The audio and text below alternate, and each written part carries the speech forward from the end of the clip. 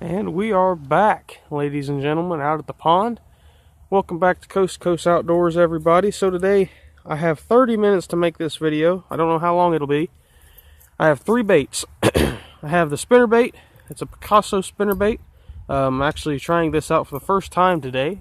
Never used one before, so kind of excited about that. Then I have this spinning rod right here, which has got a black and blue boomstick, 4-inch boomstick on a Ned rig. And then I have this right here, which is a Doc's Lure Company Brush Buster Green Pumpkin Magic Body with a chartreuse, or excuse me, a lime truce black flake tail. So I think we're going to go with a moving bait first. I think we're going to go ahead and go with the spinner bait first, and then we'll slow down with the slower moving baits. That's how I typically will break down a pond, lake, river, whatever I go to fish. I typically will move a faster moving bait. I'll typically fast fish a place first, and then I'll switch over to a slower moving bait. So one thing I like about this spinnerbait is it's a big Colorado blade, and in this muddier water I do believe that might help a little bit. Don't know the water temperature, but I do believe it'd probably not be super warm. The bait's actually a lot warmer than I thought it was going to be, so it's actually not too cold. It's actually not too cold out, so that's surprising. Maybe, just maybe, I'll be able to get a fish or two to bite, and hopefully I'll be able to catch those fish. Yesterday I missed a really good opportunity to catch a fish. Was pretty mad at myself. Still pretty mad at myself over that. Would have been my first fish of the year, but you won't be able to catch fish when you're worried about fish that you lost. So go ahead and toss this spinnerbait around. We'll slow roll it a little bit right along the bottom. We'll reel it real slowly. Try to get some of the more sluggish fish to bite.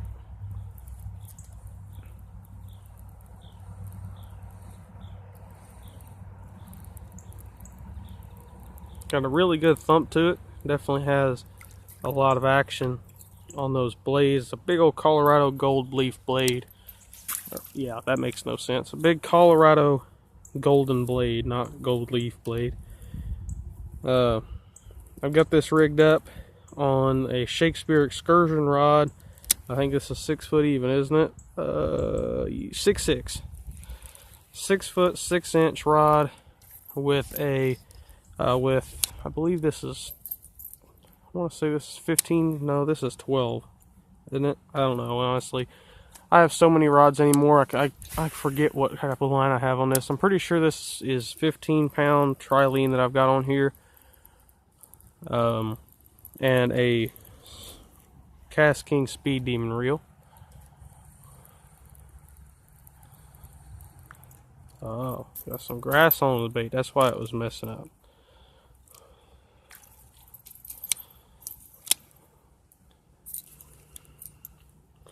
Something I don't really care too much about with this spinnerbait, like I said when I unboxed it the other day, was that it has a very light wire. And I talked about how I spent like $8 on this spinnerbait and I really don't want it to break, but seeing how it is a light wire spinnerbait, there's a pretty good chance of it breaking, and I don't really want that. So I'm gonna have to watch myself when it comes to boat flipping fish. Or I guess you call it bank flipping. You know, a fish of 2 or 3 pounds. I don't really want to do that because it could bend out the bait or break the bait, and that's not really what I want to happen. Now, small little 1-pounders, stuff like that, probably be okay. But when it comes to 3 to 4 pound fish, I don't really want to. I normally would when it comes to like a straight king bait or something. That's weird. There's just 4 random spots right there. I don't know where. I guess that's probably from that chair. Yeah, I had a chair out here yesterday. It's probably what it's from. I just had a stupid moment, I guess. But yeah, normally with a spinnerbait like a Strike King spinnerbait or what's that other brand of spinnerbait that I use? The Wahoo brand, the Academy Sports brand of spinnerbaits. I normally just boat flip, you know, a 2-pounder. It wouldn't have no problem with me, but with this light wire spinnerbait, I'm gonna have to definitely be a little bit more careful boat flipping those 3 and 4s. Even some of the 2s, depending on how heavy they're fighting.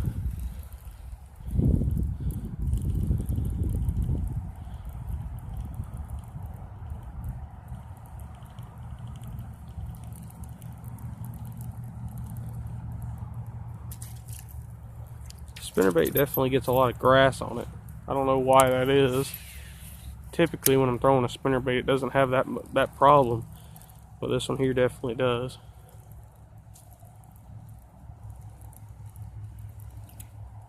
It's got another piece of grass on it. Where's all this grass coming from? It ain't, I mean, I don't even see any on the surface at all. There's a little bit, but not really where I'm casting at. That's kind of strange. There's some right here, but I know it's not hitting there.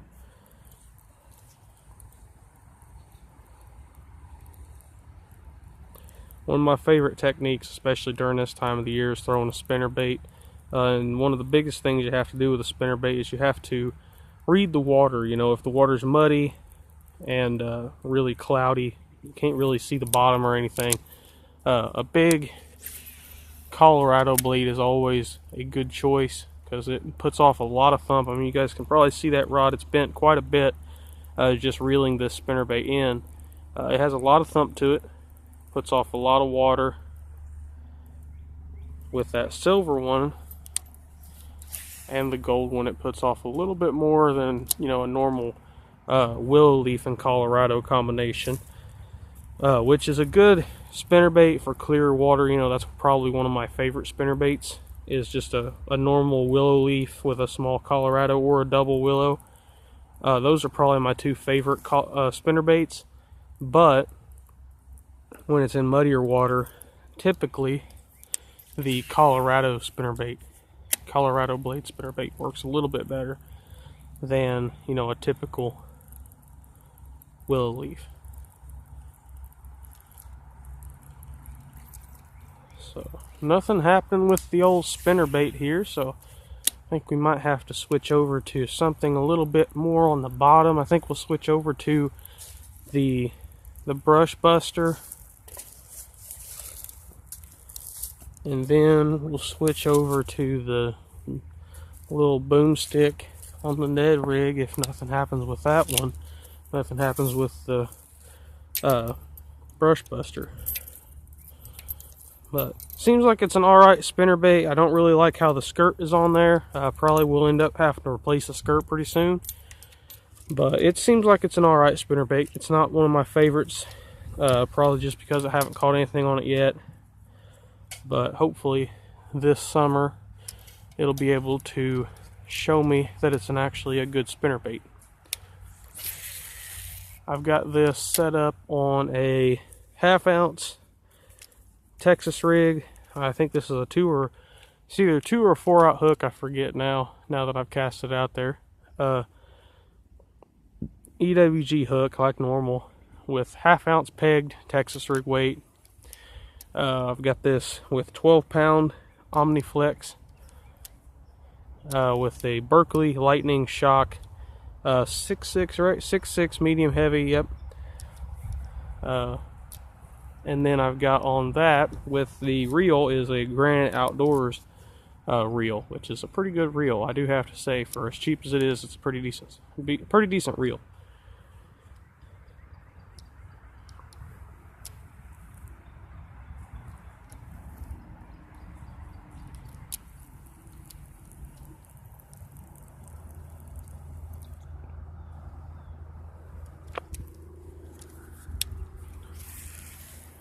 Went with that chartreuse legs on it to give it a little bit more of the attractability, hopefully, in this muddier water. Hopefully them fish will see it a little bit better.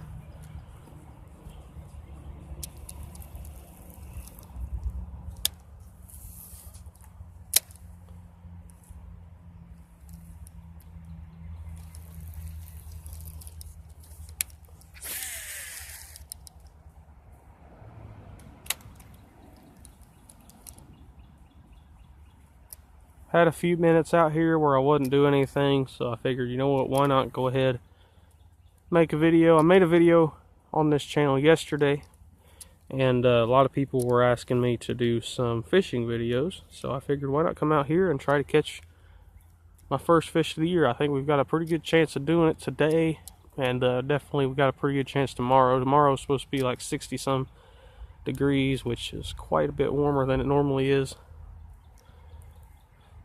this time of the year. Also, I forgot to tell you guys, there's been some frogs jumping around here on the edge of the pond, which I thought was really cool. I seen them yesterday.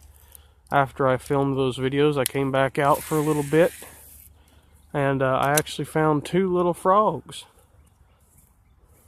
And they're little bitty, teeny tiny ones, about 1.5 inches long. But I thought, you know what?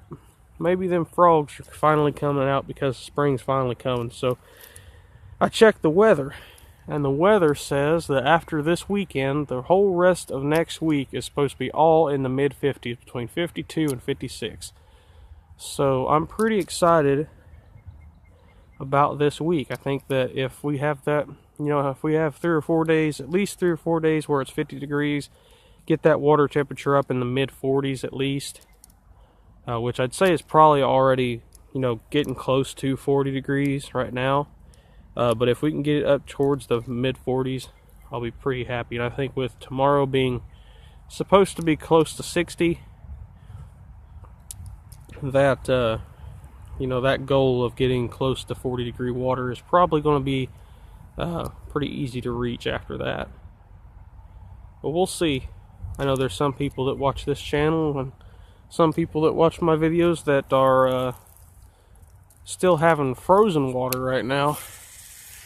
So I'm just kind of happy that I've got open water right now. I'm not going to get too far ahead of myself. I've got open water, and that's what I care about. Just glad about that, but would be pretty nice to get it up towards the mid-40s, you know, 45 degrees, something around there. Get these fish moving a little bit more. Get them hopefully biting a little bit more. Like I've said before in the past, doesn't matter to me if I catch them fast moving baits, slow moving baits, finesse fishing, whatever. As long as I'm catching fish, that's what I'm out there to do. I'm not out there to only catch fish a certain way. Now there is some days where I'll go out there with just a few baits and I'll make them bite a certain bait. But most days I go out there with, like I've got today, I've got 3 different setups. I got a big bait, which is this big 5.5 inch or 5.25 inch brush buster creature bait. I think there's a fish. Maybe not. I think it might have just been a piece of brush. But anyway, you know, come out here with a big bottom bait, a finesse bottom bait like that little Ned rig with the 4-inch boomstick, and then a moving bait like that spinner bait, or a, you know, a swim bait or a square bill, or whatever I decide to throw that day. And I think I've got a pretty good setup right here. Just these 3 rods that I've got today. I think I've got a pretty good setup. You know, one thing that I've talked about a lot in my past videos is when you're going fishing on the bank, or if you're going fishing at a place that you've never been before, make sure you bring everything you can, so that way you can cover the whole spectrum. You know, the bottom of the water column, the top of the water column, mid-range, and then, you know, you can also expand on those techniques. You know, you can expand on the top water range. You know, you can bring a small popper, or you can also bring a big walking bait. You can bring a small, you know, little square bill like a 1.0, and you can also bring, just seen one of my frog buddies out of the corner of my eye right here. Where's he at? Try to scare him up that way I can see him, but I don't see him now. He probably hiding. It's hard to say where he went. But anyway, you know, bring a, you know, a little 1.5, and then you can bring a, you know, a bigger bait like a 4.0 or a 8.0, you know, a Cloud 9, something big.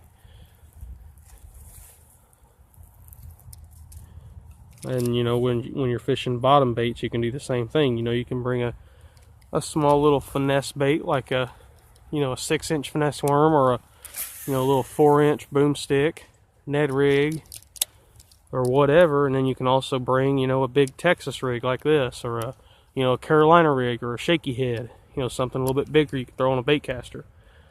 You know, if I had 3 rods, my 3 rods typically, when I'm going to a place that I've never been before, it also, you know, it'll kind of go off of what time of the year it is.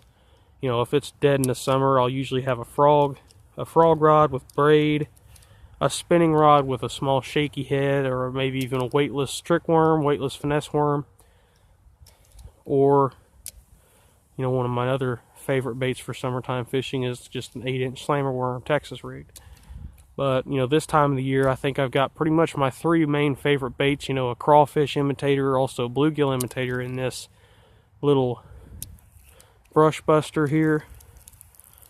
Another great bait is the mud crawler. I like throwing the mud crawler as well.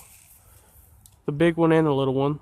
When it comes to fishing this time of the year, though, I definitely would throw the littler one a little bit more, because the fish aren't really super active, and they probably won't really want to eat something real big and flapping like that, the mega crawler.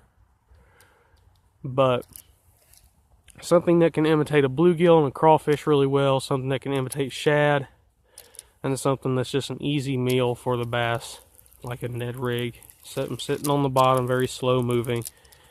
Awesome bait to fish during this time of the year is a Ned rig. I like throwing it sometimes, but sometimes, like I've said before, it'll give you a headache pretty bad trying to get that slow and fish super duper slow. I've had days where I basically just have my line tight to the bait, almost like I was catfishing, just letting it sit there, and then every once in a while I just gotta pop it a little bit.